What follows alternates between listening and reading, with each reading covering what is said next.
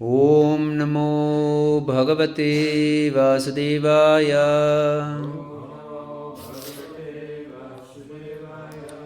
We're reading from Bhagavad-gita as it is, chapter 12, entitled Devotional Service, text 13 and 14.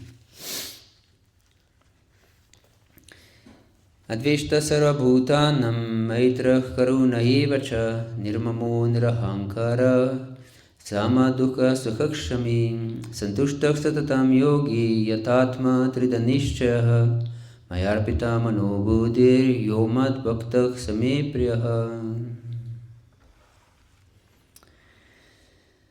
Translation. One who is not envious but is kind friend to all living entities, who does not think himself a proprietor and is free from false ego, who is equal in both happiness and distress, who is tolerant, always satisfied, self-controlled, and engaged in devotional service with determination, his mind and intelligence fixed on me, such a devotee of mine is very dear to me. Purport by His Divine Grace Srila Prabhupada Ki Jai. Coming again to the point of pure devotional service, the Lord is describing the transcendental qualifications of a pure devotee in these two verses. A pure devotee is never disturbed in any circumstances, nor he is envious of anyone, nor does a devotee become his enemy's enemy. He thinks this person is acting as my enemy due to my own past misdeeds, so it is better to suffer than to protest. In the Srimad Bhagavatam 10.14.8, it is stated that te nukampam susamikshamano bunjana evatma kritam vipakam. Whenever a devotee is in distress or has fallen into difficulty, he thinks that it is the Lord's mercy upon him. He thinks, thanks to my past misdeeds, I should suffer far, far greater than I am suffering now. So it is by the mercy of the Supreme Lord that I am not getting all the punishment I am due. I am just getting a little by the mercy of the Supreme Personality of Godhead. Therefore, he is always calm, quiet and patient, despite many distressful conditions. A devotee is also always kind to everyone, even to his enemy. Nirmama means that the devotee does not attach much importance to the pains and trouble pertaining to the body, because he knows perfectly well that he is not the material body. He does not identify with the body, therefore he is freed from the conception of false ego and is equipoised in happiness and distress. He is tolerant and he is satisfied with whatever comes by the grace of the Supreme Lord. He doesn't endeavor much to achieve something with great difficulty, therefore he is always joyful. He is completely perfect mystic because he is fixed in the instructions received from the spiritual master, and because his senses are controlled, he is determined. He is not swayed by false arguments, because no one can lead him from the fixed determination of devotional service. He is fully conscious that Krishna is the eternal Lord, so no one can disturb him. All these qualifications enable him to fix his mind and intelligence entirely on the Supreme Lord. Such a standard of devotional service is undoubtedly very rare, but a devotee becomes situated in that stage by following the regulative principles of devotional service. Furthermore, the Lord says that such a devotee is very dear to him, for the Lord is always pleased with all his activities in full Krishna consciousness.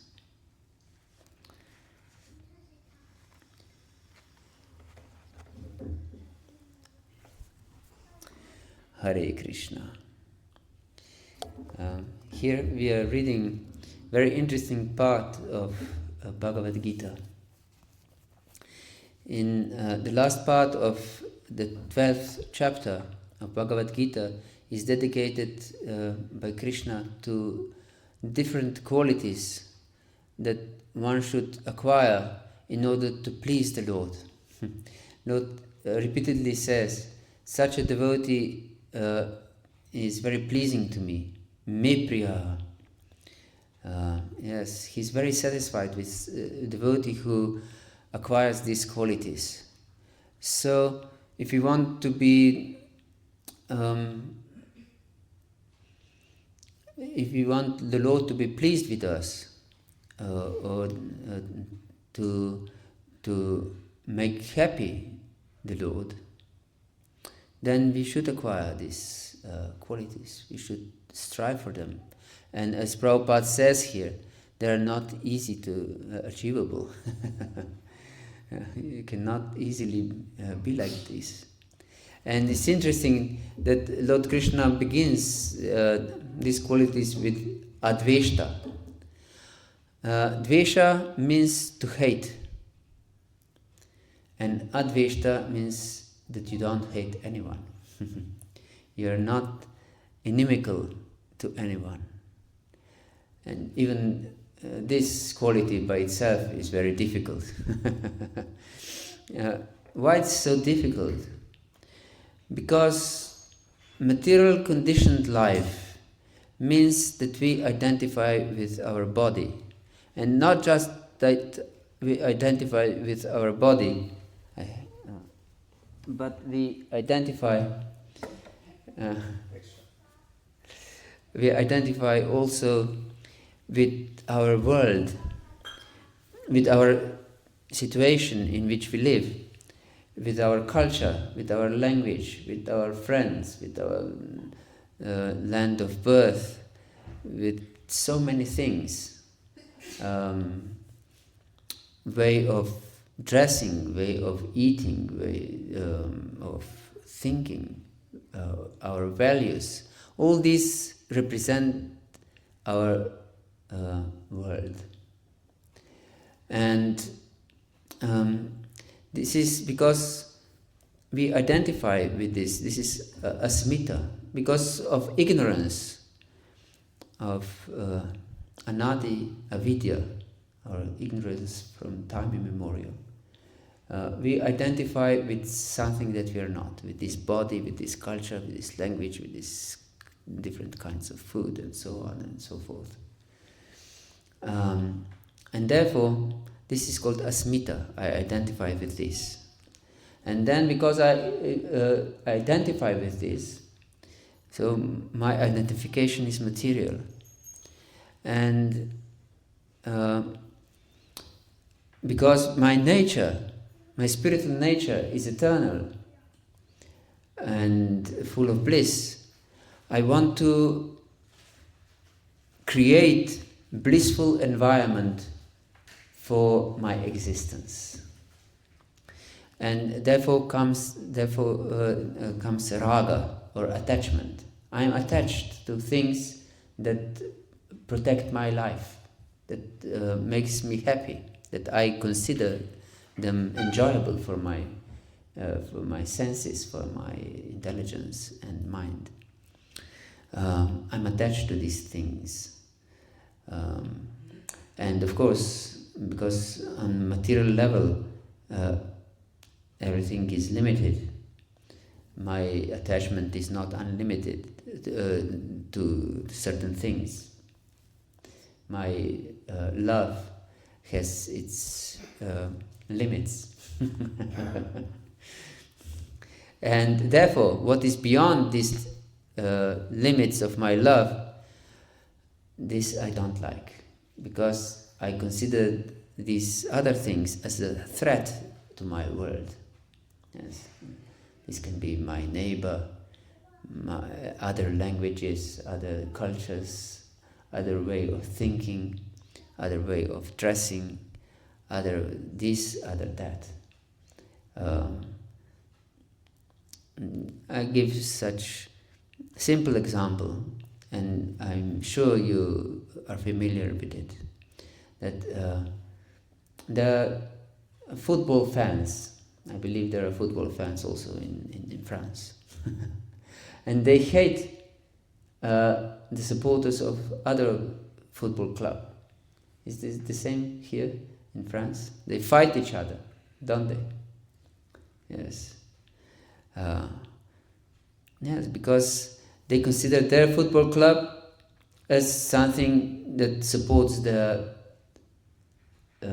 existence, gives happiness to their existence, and the opposite football club is their enemy. Yes. If they defeat their football club, their existence suffers. Yes. So we have likes and dislikes in our life. We like certain food, we dislike other food. We like certain dress, we dislike other dress. We like certain way of thinking, we dislike other way of thinking. So many likes and dislikes. This is material world of duality. So here Lord Krishna says adveshta. These dislikings are called dvesha. We don't like them. And the last stage of material entanglement is abhinivesha, or fear of death, fear of losing our existence, actually. Yes. In so many ways, not just death itself is the last stage of losing existence, but because we are attached to so many things, if we lose them, if we lose my phone, if I lose my family, if I lose this or I lose that, I lose certain existence. Or if I lose my renommee, what's the English word? Yes, honor or something. I suffer. Therefore, there is a great fear of public speaking, because you want to protect your your name. You don't want to blunder. Yes. So this is abhinivesha, engrossment in material understanding. So Krishna here begins with these qualities, with adveshta. We don't hate anything and anyone. And this is very difficult. Yes. But it's only possible for the Lord's devotee, because he knows that Mamaivansho Jiva Loke Jiva Bhutak Sanatana. Every living entity is a part and parcel of the Supreme Lord. So, if I hate any living entity or anything in this world, I hate the Lord Himself. Nothing else, actually. If I feel any displeasure towards anyone, it's a sign of envy towards the Lord. Yes. We don't like it. Why we don't like it? It's actually the Lord's mercy. It's the Lord Himself. It's a particle of the Lord. Yes. And as Prabhupada here says, devotee perceives everything as Lord's mercy. Lord puts us in certain circumstances just to become more dedicated to Him, if we are properly situated in devotional service. Yes. Therefore, Lord's devotees are always put in uncomfortable situations. Yes. Don't be surprised. If you're a devotee, you'll face many troubles. Yes. Do you have such experience?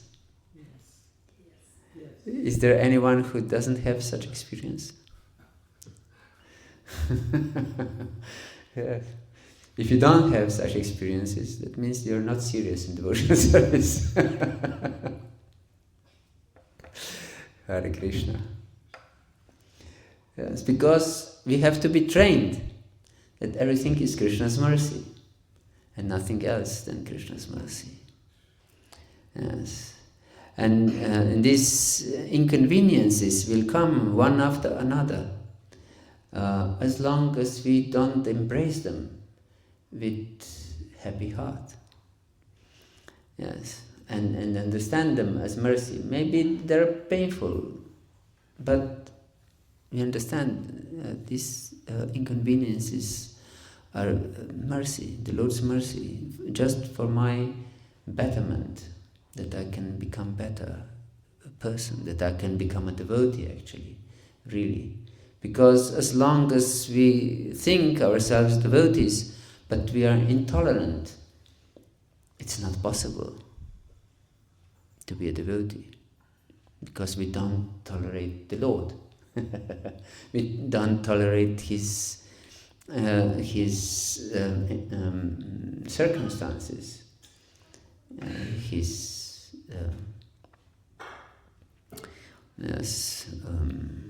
situation that He created especially for us. Yes, we are like immature children, actually, if we don't like the situations, if we don't embrace them as Krishna's mercy. Small children is not happy when he's punished by the father. But father doesn't punish to torture the child. But if he's a sane person, and the Lord is the most sane person, but he punishes the child to become a better person. Yeah. We know from the Shastra that the authority has to punish. For example, in Mahabharata, it's explained by Bhishma Dev that punishment is foremost duty of a king. If king doesn't punish, he goes to hell, along with his subjects. Yes, they all go to hell.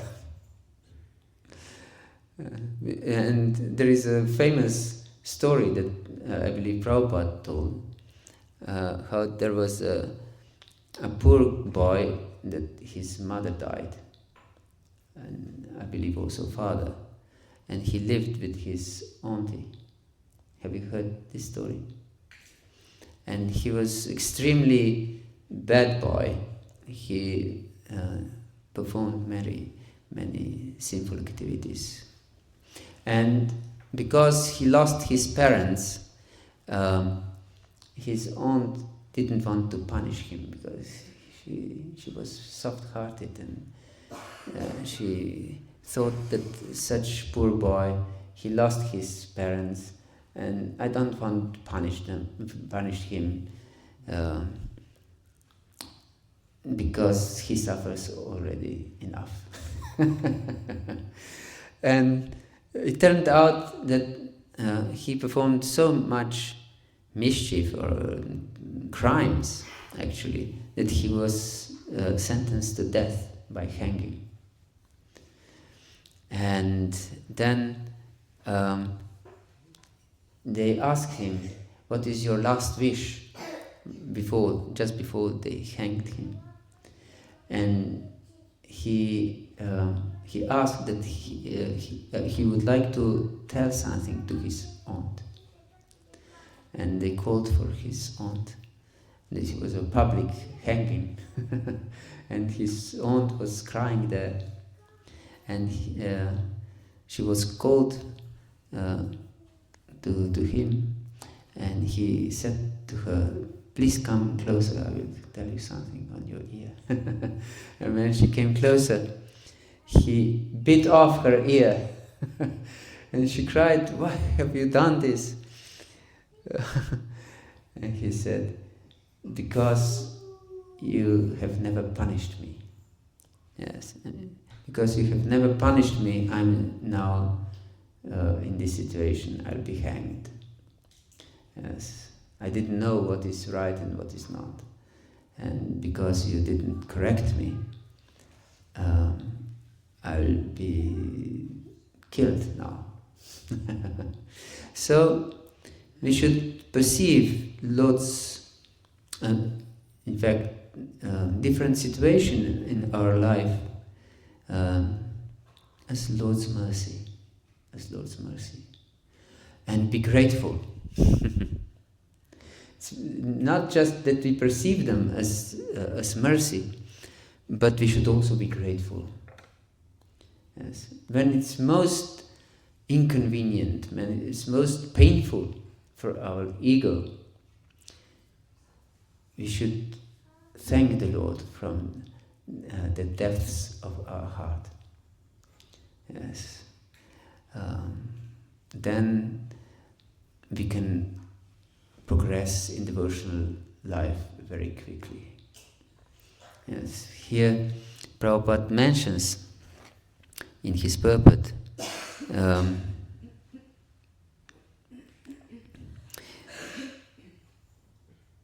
he's not envious of anyone, and he doesn't consider anyone as his enemy. Yes.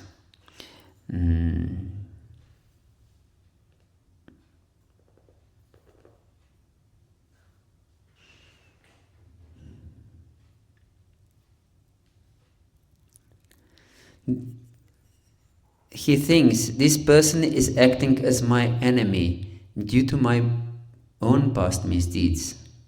So it is better to suffer than to protest. This is a very hard statement, isn't it? So we can be put in different tribulations. One may think that I'm abused even by certain personalities. That can happen. But devotees have this perception. Everything is happening due to my past misdeeds, and better not to protest. This person seems to be my enemy just because of my perception, just because I am attached to material life. Yes. So if devotees would have such vision, they would live in Vaikuntha. No one would be disturbed by anyone, isn't it? But we can see that in modern times, even amongst devotee communities, many are disturbed. And they protest very much, very loudly, from the authorities or from the subjects, as we can say. There are protests in all directions. Yes, but we should be grateful, whatever we obtain in our life. Of course, every devotee should be very caring and loving towards every other devotee. But as long as we are materially conditioned, then we point our finger to others. You're not loving and caring. Understand what I mean? But we should point our finger into me. Am I loving and caring? And that this person is not loving and caring, this is Krishna's mercy. Krishna knows how to correct me. And maybe I consider him as a crazy fellow.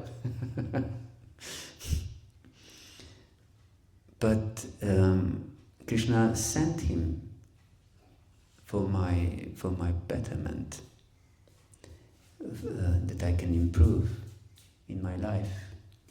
So it's very important to have this proper vision. Yes. You should always have this proper vision. Otherwise, it's not possible to attain deeper spiritual understanding. We all want to develop Krishna prema,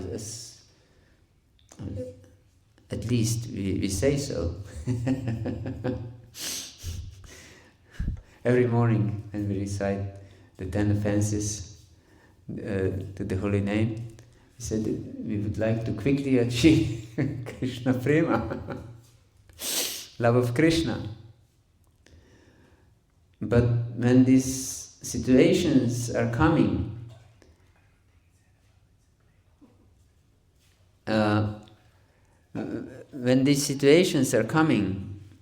that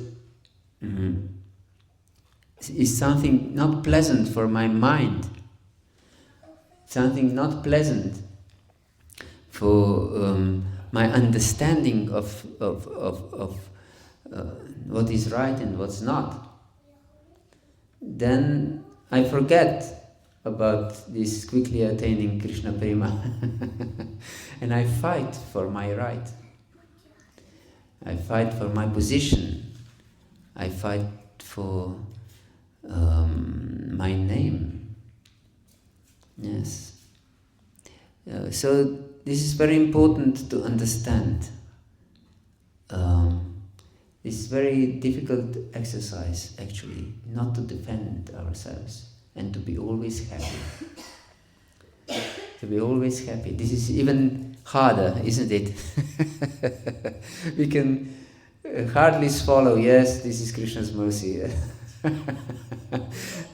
But to be always happy, maybe. Krishna says in these very two verses, yes, Santushtah satatam yogi. Devotee is always happy. Yes, always satisfied. It's not easy to be always satisfied. But it's crazy, isn't it? If we think we want to be happy, but we are not satisfied. How to become happy if we are not satisfied? It's not possible to be happy if we are not satisfied. Yes. So, be satisfied, and you'll be happy. In every situation, and you'll be happy in every situation. Even if it's inconvenient to your body and mind. Who cares about body and mind?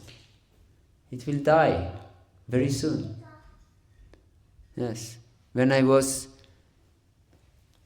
13 or 12 years old, I was thinking, I was seeing these older boys who went to the same school as I did. I was thinking, when I will be 15, it's so far away to be 15. Now I'm 56.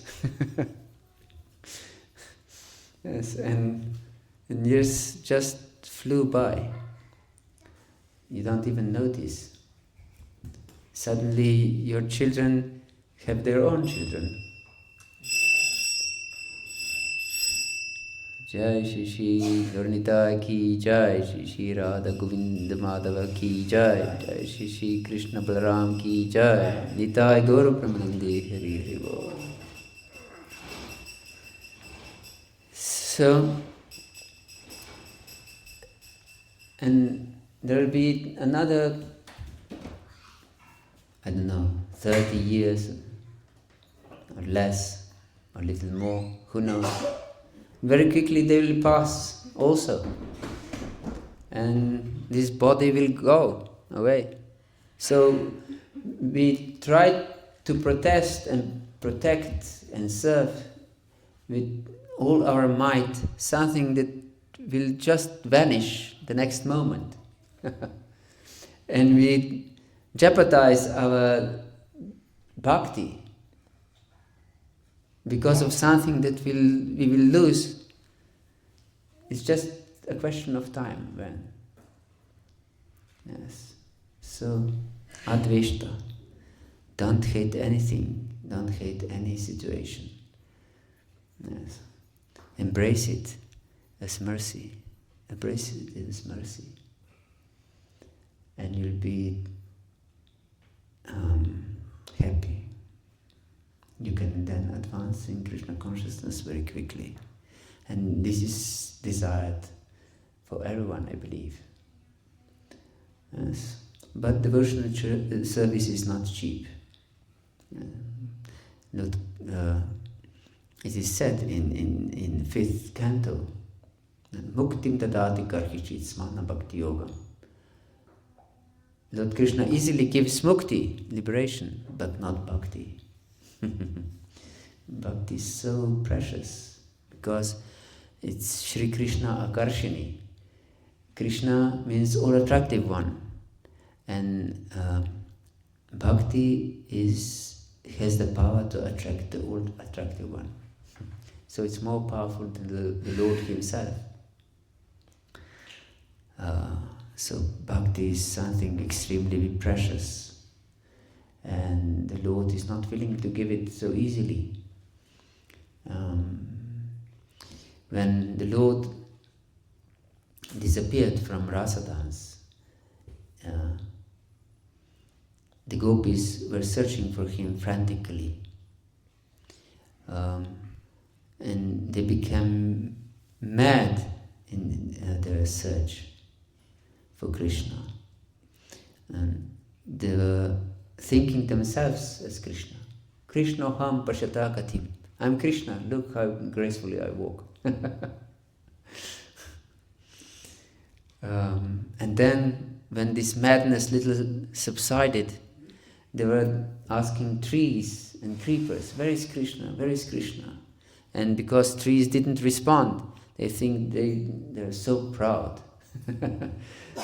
They don't even take a look on us, and they don't understand our suffering.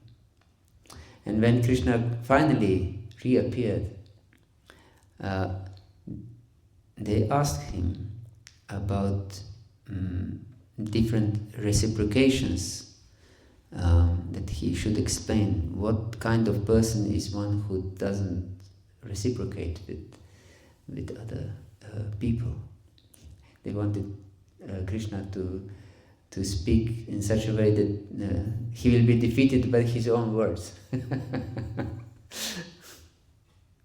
But he explains that he doesn't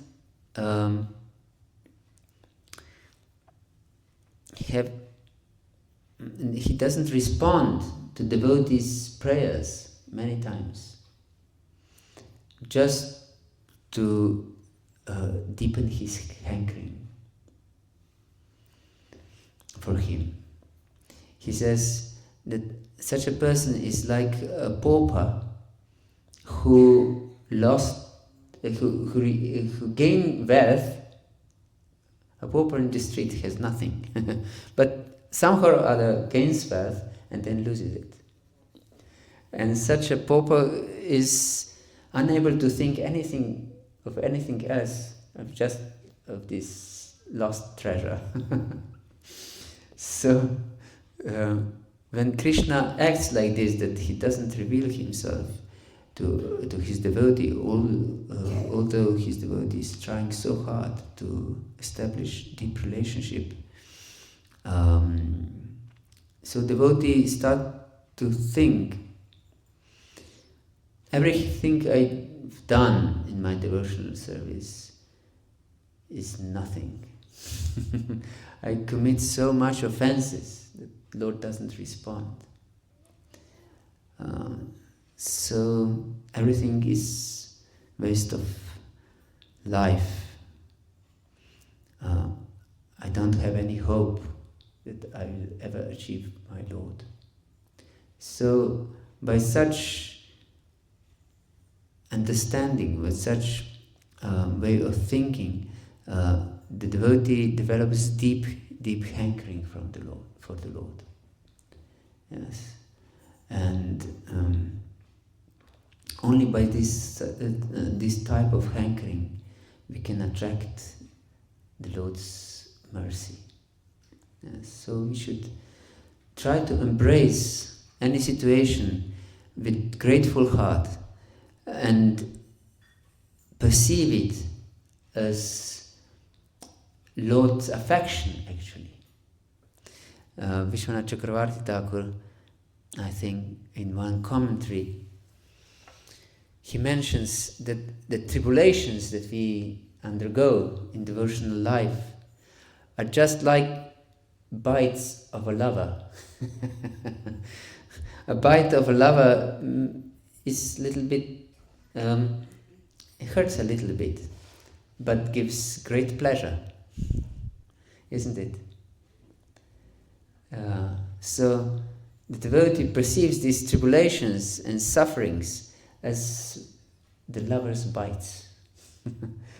And he's in ecstasy. Although in the surface it seems so difficult and injustices are happening, but it's my relationship with the Lord. And if I have such a mentality, I'll be happy. But if I protest, as Prabhupada says, it's better not to protest. But if I protest, it's not possible to establish any relationship with the Lord. Because it's Lord arrangement and I protest. I don't want it. I reject the Lord's mercy. Hare Krishna. Is there any question or comment or discussion?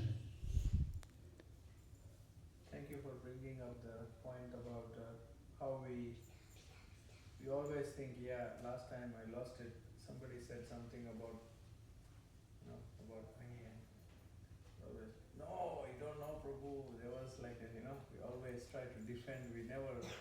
Yeah. I feel Jananand Maharaj is quite good like this. He always never even reacts. He's always taking it on himself, even though he hasn't done anything wrong. Please give us some tips how we can see that we don't immediately react, judge and fight back. It's like, how the stream continues. Yes. Give us some magic, something that we can develop this defending mentality. Yes, this attack after it. This defending mentality, yes, it's so deeply rooted in our material consciousness. We immediately jump. We don't even think. We already jump, protecting ourselves. But therefore, here it says, Abhyasa yoga natato, mami chaptan nanjaya.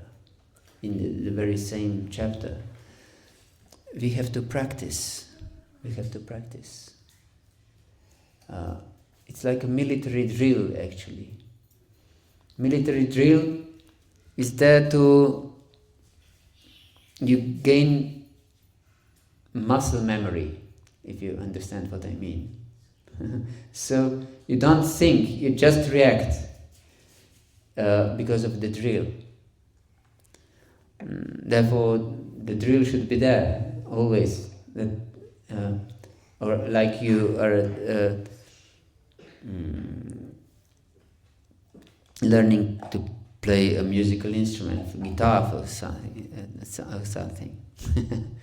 And you play, and then the fingers go, when you're an expert guitar player, or anything else, expert harmonium player, the fingers go by themselves. You don't think.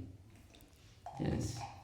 The muscle memory knows how to move your fingers.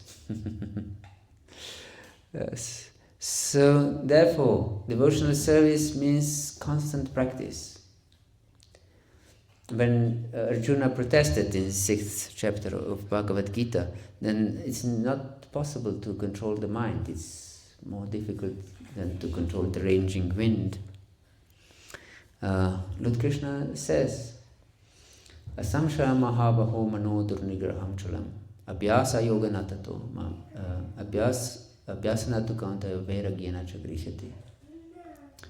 That without doubt the mind is very difficult to control, is very unstable. But with constant practice and detachment, it's possible. And then he says, asamyatatma namayogo dushprapa iti mimati shyatmana tuyadata shakyo vaktamapayata. That those with uncontrolled mind cannot advance. So, although he acknowledges that the mind is very flickering and practically impossible to control, we have to control it. Otherwise, Krishna says, it's impossible to advance. And these immediate reactions that are innate in our conditioned life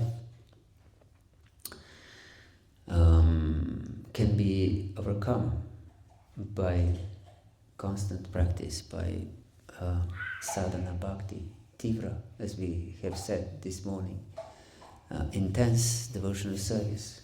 If you don't have intense practice, this drill, it's impossible to go out from our these reactions, automatic reactions. Yes. Hare Krishna. Yes. Yeah, following on what Rahul said, it's definitely I agree with all of what you've said. And sometimes things happen where people know how to flick a switch. And it's so difficult to control these urges to, like he was speaking about protection. It's automatic. Someone says something or does something, and immediately you feel provoked or something like this. Yes. I mean, I can't say anything except agree with you. So, yeah, even that goes on and on and on, level above level. Exactly. Therefore, Rupa Goswami begins with his Upadipshamrita with Vacha Vegam Manasa Krodha Vegam. First thing is to control your speech, and then your mind and anger. Bite your tongue, Use it for chanting Krishna's name. It's better than to bite your tongue. It's better to use it for chanting and for tasting prasad. Hare Krishna. Anything else? So, thank you very much for your attention. Srimad Bhagavad-gita ki jai, Srila Prabhupada ki jai, Gaura Bhakta Vrinda ki jai, Nitai Gaura Pramanandi.